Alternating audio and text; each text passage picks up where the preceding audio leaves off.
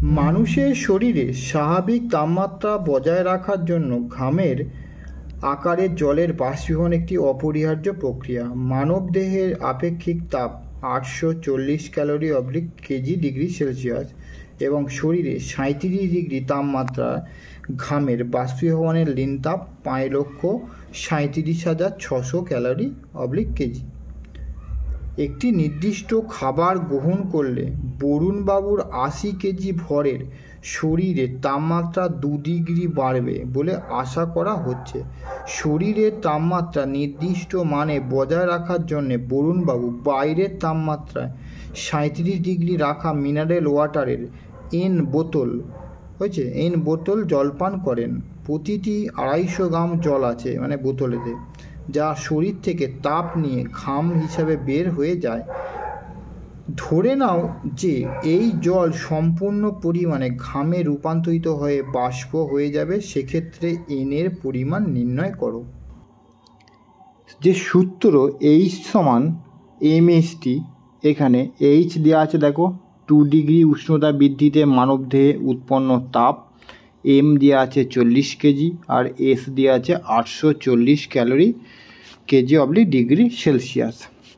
H সমান mst, m সমান দেখো দেওয়া আছে 40, 840, s সমান দেওয়া আছে আর t সমান হচ্ছে 2 ক্যালোরি। সেখান থেকে তোমার পাওয়া গেছে H এর মান, তোমার হিট যেটা Q সমান mst, সেখানটা H পাওয়া গেছে 1,34,400 ক্যালোরি পাওয়া গেছে। এরপরে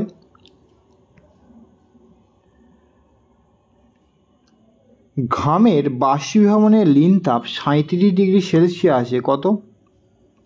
5,37,600 ক্যালোরি কেজি। ঠিক আছে, তাহলে 1 কেজি সমান 1000 গ্রাম জল থেকে 1000 গ্রাম ঘামের বাষ্পীভবনের জন্য প্রয়োজনীয় হয় এই ক্যালোরিটা, 5,37,600 ক্যালোরি গ্রাম। তাহলে আমরা এখানে পেয়েছি কত? 1,34,400 ক্যালোরি। তাহলে দেখো এইটাই সরলীকরণ করা হয়েছে। 5,37,600 ক্যালোরি তাপে লাগে 1000 গ্রাম ঘামের বাষ্পীভবনের জন্যে একে কত, আর 1,34,400 ক্যালোরির জন্য লাগে, কাটাকুটি করে দেখো বেরিয়েছে আমার ক্যালকুলেশন করে 250 গ্রাম। 250 গ্রাম। তাহলে যেহেতু যতটা জল খাবে ততটাই ঘাম উৎপন্ন হবে, অতএব 250 গ্রাম ঘাম সমান 250 গ্রাম জল এবং 1 লিটার 1 বোতল জল, এটা 1 বোতল জল। এটা হচ্ছে তোমার একের উত্তর। এটা কাঠের একটি ব্লক জলের উপরে তার আয়তনের 1/9 রেখে একটি বিকারের জলের ঘনত্ব 1 গ্রাম ঘনসেমি ভাসছে। 0.08 গ্রাম ঘনসেমি ঘনত্বের তেল এখন জলের উপর ঢেলে ফেলা হলো। যতক্ষণ না তেল কাঠের ব্লকের ঠিক ওপরে পৃষ্ঠে পৌঁছায়, তেলের মধ্যে কাঠের ব্লকের আয়তনের কত শতাংশ এখন রয়েছে তা নির্ণয় করো। জলের মধ্যে একটা কাঠের ব্লক, তাহলে কাঠের ব্লকটির আয়তন হচ্ছে তোমার ভি, কাঠের ব্লকটির আয়তন হচ্ছে ভি। অপসারিত জলের আয়তন 8/9 ভি, আর 8V/9। যেহেতু ব্লকটি 8/9 অংশ জলে আছে, তিনটে যে সূত্র, PS সমান হচ্ছে ব্লকটির ঘনত্ব, PW হচ্ছে 1g/cc আর mg হচ্ছে PVg। সাম্য অবস্থায় W সমান F, W হচ্ছে দেখো ব্লকটির ওজন আর F হচ্ছে অপসারিত জলের ওজন। তাহলে PS গুণিত V গুণিত G সমান PW গুণিত 8V/9 ইন্টু G। তাহলে এখানে দেখো সূত্র ক্যালকুলেশন 1V সমান 8V 8V/9 ইন্টু G আছে। তাহলে PW1 সমান কত? 1। PW সমান হচ্ছে 1, সেটা পুট করে ক্যালকুলেশন করে এখানে VV তোমার কেটে VG কেটে গেছে, VG কেটে গেল। তাহলে PS হচ্ছে ব্লকটির ঘনত্ব পাওয়া গেছে কত? 8/9g/cc। জলের মধ্যে তেল দিয়ে ইকুয়াল করেছে। তাহলে এখানে দেখো মনে করি ব্লকটি আয়তনের S অংশ তেলে এবং Y অংশ জলে ডুবে আছে। অপসারিত তেলের আয়তন সমান XV সিসি এবং অপসারিত জলের আয়তন সমান YV সিসি। সাম্য অবস্থায় বস্তুর ওজন সমান অপসারিত তেলের ওজন প্লাস অপসারিত জলের ওজন। তারপর ইকুয়েশন দেখো, PS গুণিত V গুণিত G PO গুণিত VO ও গুণিত G PW প্লাস যোগ করছে plus PW by VW into G। এখান থেকে ইকুয়েশনের মানগুলো পুট করেছে, পুট করে তোমার দেখো পাওয়া গেছে 8/9 সমান 8x/10y। এখান থেকে ইকুয়েশনে 1 নম্বর পাওয়া গেছে এইটা। তারপরে দেখো আবার ইকুয়েশনে তোমার XV প্লাস YV সমান হচ্ছে V, x প্লাস y সমান কাটাকুটি করে দেখো সব VV কেটে গিয়ে 1 হচ্ছে। এটা 2 নম্বরে 10 দিয়ে গুণ করেছে।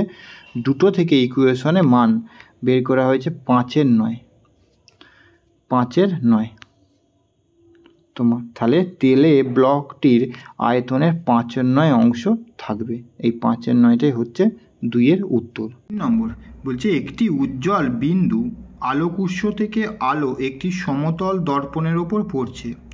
স্কেল ও চাঁদা ব্যবহার করে উপযুক্ত রেখচিত্রের মাধ্যমে কমপক্ষে 3টি আপতিত রশ্মি ও তাদের সংশ্লিষ্ট প্রতিফলিত রশ্মি অঙ্কনের দ্বারা প্রতিবিম্বের অবস্থান চিহ্নিত করো।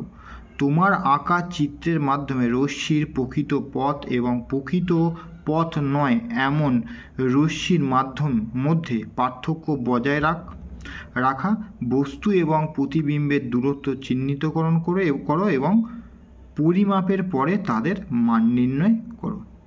এই হচ্ছে তার ছবি এবং তার পরিপ্রেক্ষিতে দেখো P হচ্ছে বস্তু, OP হচ্ছে বস্তুর দূরত্ব, P ড্যাশ হচ্ছে প্রতিবিম্ব, এই যে ঠিক আছে। তারপরে তোমার OP হচ্ছে প্রতিবিম্ব থেকে দূরত্ব 4 মিটার, এটা থেকে দূরত্ব 4 মিটার। M ড্যাশ হচ্ছে সমতল দর্পণ।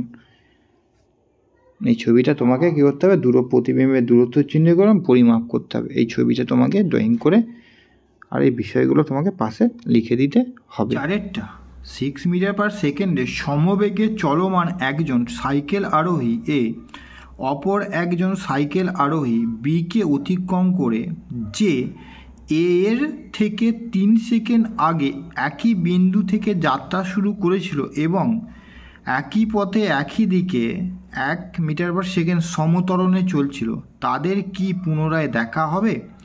যদি তোমার হ্যাঁ উত্তর হয় তবে প্রথম এবং তৃতীয় সাক্ষাতের মধ্যে সময়ের ব্যবধান এবং সেই সময়ের মধ্যে অতিক্রান্ত দূরত্ব নির্ণয় করো। যদি তোমার উত্তর না হয় তবে তার কারণ ব্যাখ্যা করো। তাহলে S সমান UT plus half AT square. U মানে হচ্ছে প্রাথমিক বেগ সমান হচ্ছে 0, সমত্বরণ হচ্ছে A 1 মিটার পার সেকেন্ডে স্কোয়ার আর সমবেগ হচ্ছে V। সেকেন্ড এই ছক টেবিলটা দেখে নেবে, এই টেবিলটা একবার দেখে নেবে।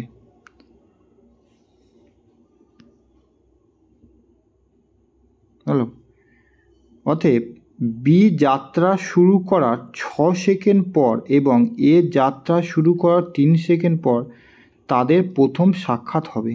এরপর আর তাদের আর সাক্ষাৎ হবে না, কারণ এ সম বেগে চলায় প্রতি সেকেন্ডে 6 মিটার দূরত্ব অতিক্রম করলেও বি যেহেতু সমত্বরণে চলেছে তাই বি ক্রমবর্ধমান দূরত্ব অতিক্রম করবে।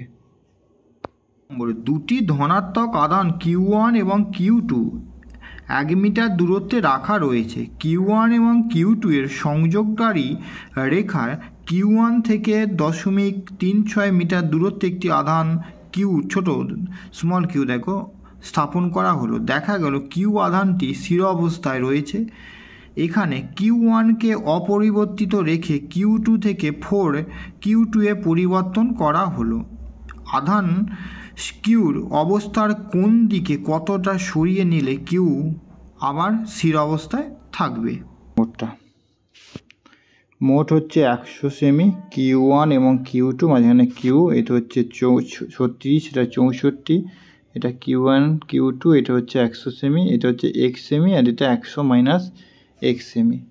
এবার দুটো ইকুয়েশন সাম্য অবস্থায় এবার ইকুয়েশনগুলো একবার তোমরা দেখে নেবে একবার।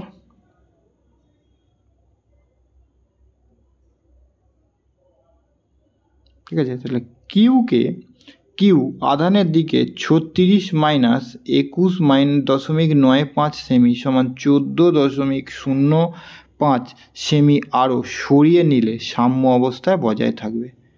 একবার তোমরা এটা দেখে নেবে একবার। যদি সোনা বা রূপা বায়বীয় জারণের জন্য দস্তা বা নিকেলের তুলনায় অনেক বেশি নিষ্ক্রিয়, তবুও মরিচা প্রতিরোধক তড়িৎ লেপনের জন্য সোনা বা রূপোর ব্যবহার করা হয় না কেন? সোনা বা রূপার ব্যবহারের অসুবিধা। 1 নম্বর, সোনা বা রূপা মূল্যবান ধাতু, তাই এটি ব্যবহার ব্যয়বহুল। 2, সোনা রূপা বাতাসের অক্সিজেন দ্বারা জারিত না হওয়ায় পাতলা প্রলেপের মধ্যে অনেক সূক্ষ্ম ছিদ্র থাকে, যেগুলির মধ্যে দিয়ে বাতাসের O2 বা জলীয় বাষ্প ঢুকে ভেতরের লোহাকে জারিত করে, সেই জন্যে ব্যবহার করা হয় না। এবার আসো নিকেলেতে। নিকেলে কি বলেছে? জিঙ্ক বা নিকেলের ব্যবহারের সুবিধা কি? জিঙ্ক বা নিকেল কম মূল্যবান ধাতু হওয়ায় খরচ কম, 1 নম্বর। আর 2 নম্বর, জিঙ্ক আর নিকেল বাতাসের O2 দ্বারা জারিত হয়, তাই লোহার উপরে থাকা জিঙ্ক বা নিকেলের পাতলা প্রলেপটি হয়েছে ZnO বা NiO এ রূপান্তরিত হয়ে লোহাকে মরিচা পড়া থেকে রক্ষা করে। 7টা, একটি রাসায়নিক বিক্রিয়ার জন্য ক্লোরাইড মূলক মুক্ত জলের নমুনা প্রয়োজন। কলের জল পরীক্ষা করে দেখা গেল সেই জলে যথেষ্ট উচ্চ পরিমাণে ক্লোরাইড মূলক রয়েছে। কিভাবে এই জল থেকে ক্লোরাইড মুক্ত জল প্রস্তুত করা সম্ভব? প্রাসঙ্গিক রাসায়নিক সমীকরণ লেখো। ক্লোরাইড মুক্ত জল প্রস্তুতি। অ্যানোয়ন বিনিময়কারী রেজিন। অ্যানোয়ন বিনিময়কারী রেজিন হল উচ্চ আণবিক ভর বিশিষ্ট দীর্ঘ শৃঙ্খল জৈব ক্ষার, যেখানে N+H3OH মূলক থাকে। একে Rn+H3OH- আকারে প্রকাশ করা হয়। অ্যানোয়ন বিনিময়কারী রেজিনের মধ্যে দিয়ে Cl- যুক্ত জল পাঠালে Cl- মুক্ত হয়, এবং সংকেতটা দেখে নেবে আর এটা একবার দেখে নিও।